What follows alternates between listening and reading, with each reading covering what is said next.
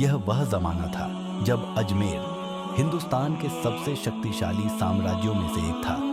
यहाँ सिर्फ तलवारें, राजघराने और सियासत की बातें होती थीं। राजा पृथ्वीराज चौहान का किला पूरे हिंदुस्तान में अपनी ताकत का लोहा मनवाता था, लेकिन तकदीर को कुछ और मंजूर था। आज से लगभग 9 सदियों पहले 1141 ईस्वी में ईरान के नेशापुर में एक नौजवान था, मोइनुद्दीन। एक खुशहाल परिवार, एक शानदार बाग। लेकिन जब वह जवानी की दहलीज पर थे तो एक बुजुर्ग सूफी संत इब्राहिम कंदूजी ने उन्हें अपने बाग में बुलाया। यह मुलाकात एक इत्तेफाक नहीं थी, बल्कि एक भविष्यवाणी थी।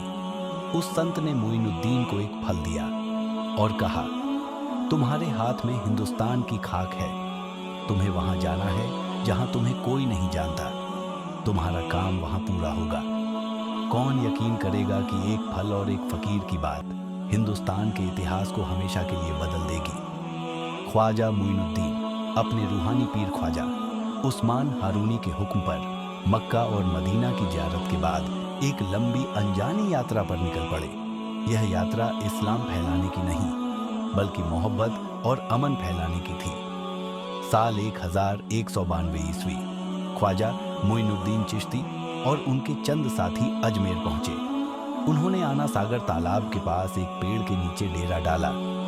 अजमेर की हुकूमत को एक फकीर का शहर में आना गवारा नहीं हुआ। तालाब का पानी जो पूरे शहर की जिंदगी था, वहां एक गैर शहरी का ठहरना राजा के लिए अपमान था। राजा पृथ्वीराज चौहान के सिपाहियों ने ख्वाजा से जगह छोड़ने को कहा। ख्वाजा साहब ने शांति से जवाब दिया, हम थोड़ी देर में चले जाएंगे।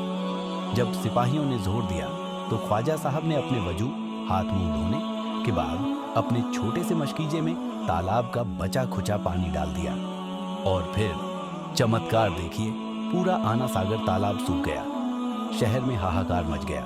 जानवर, इंसान सब पानी के लिए परेशान थे। राजा को अपनी गलती का एहसास हुआ।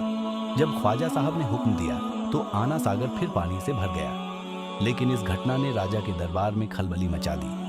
उन्हें एहसास हो गया था कि यह कोई साधारण इंसान नहीं है। राजा के दरबार में बैठा था एक शक्तिशाली जादूगर, अजमेर का सबसे प्रभावशाली तांत्रिक। उसका नाम था जयपाल जोगी। जयपाल ने राजा से कहा, यह फकीर मेरे काले इल्म के सामने कुछ भी नहीं। मैं इसे अभी शहर से बाहर निकाल दूंगा। यह जंग सिर्फ 2 इंसानों के बीच नहीं थी, यह मुकाबला था दुनियावी ताकत और रूहानी सच्चाई के बीच। जयपाल ने अपने जादू से खौफ पैदा किया, जबकि ख्वाजा साहब के पास सिर्फ अल्लाह पर यकीन और मोहब्बत थी। क्या जयपाल का काला जादू उस सूफी फकीर को हरा पाया, या इस जंग का नतीजा वो निकला जो किसी ने सोचा भी नहीं था? जयपाल ने अपने पूरे इख्तियार के साथ कई हमले किए। उसने अपनी ताकत से आग के गोले, भयानक तूफान और काले इल्म का इस्तेमाल किया। वह चाहता था कि डर से लोग इस फकीर को शहर से बाहर कर दें। लेकिन हर बार ख्वाजा मोइनुद्दीन चिश्ती के पास आते ही जयपाल का जादू बेअसर हो जाता था। ख्वाजा साहब का सादा लिबास और इबादत में लीन रहना जयपाल के हर घमंड को चूर कर रहा था। अंत में जयपाल ने अपनी आखिरी ताकत का इस्तेमाल किया और हवा में उड़ गया ताकि लोगों पर अपना डर बनाए रखे। ख्वाजा साहब ने भी अपनी पुरानी चटाई को इशारा किया। वह चटाई भी हवा में उड़ी, जयपाल के ऊपर गई और उसे नीचे जमीन पर गिरा दिया।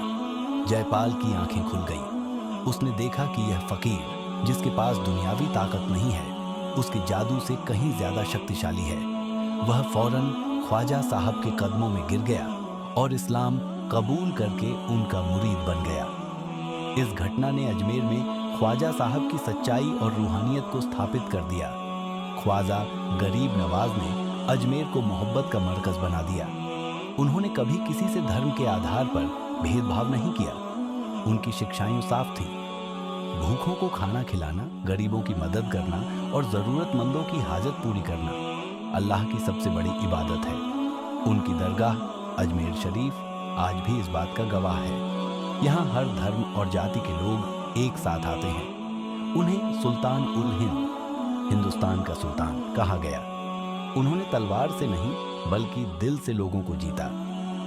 6 रजब 633 हिजरी, मार्च 1236 ईस्वी को ख्वाजा साहब का विसाल हुआ। वह अपने कमरे में इबादत कर रहे थे।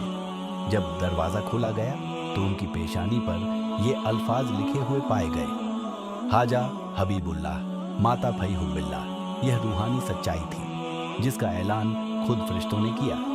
ख्वाजा मोइनुद्दीन चिश्ती की दास्तान सिर्फ एक चमत्कार की कहानी नहीं है, यह ऐतिहासिक सच्चाई है कि कैसे एक अकेले फकीर ने मोहब्बत, अमन और भाईचारे की वो नींव रखी जिस पर आज का हिंदुस्तान खड़ा है।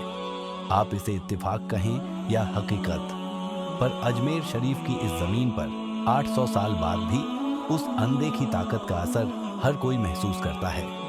वीडियो पसंद आया तो वीडियो को लाइक करें, शेयर कर और चैनल को सब्सक्राइब करें।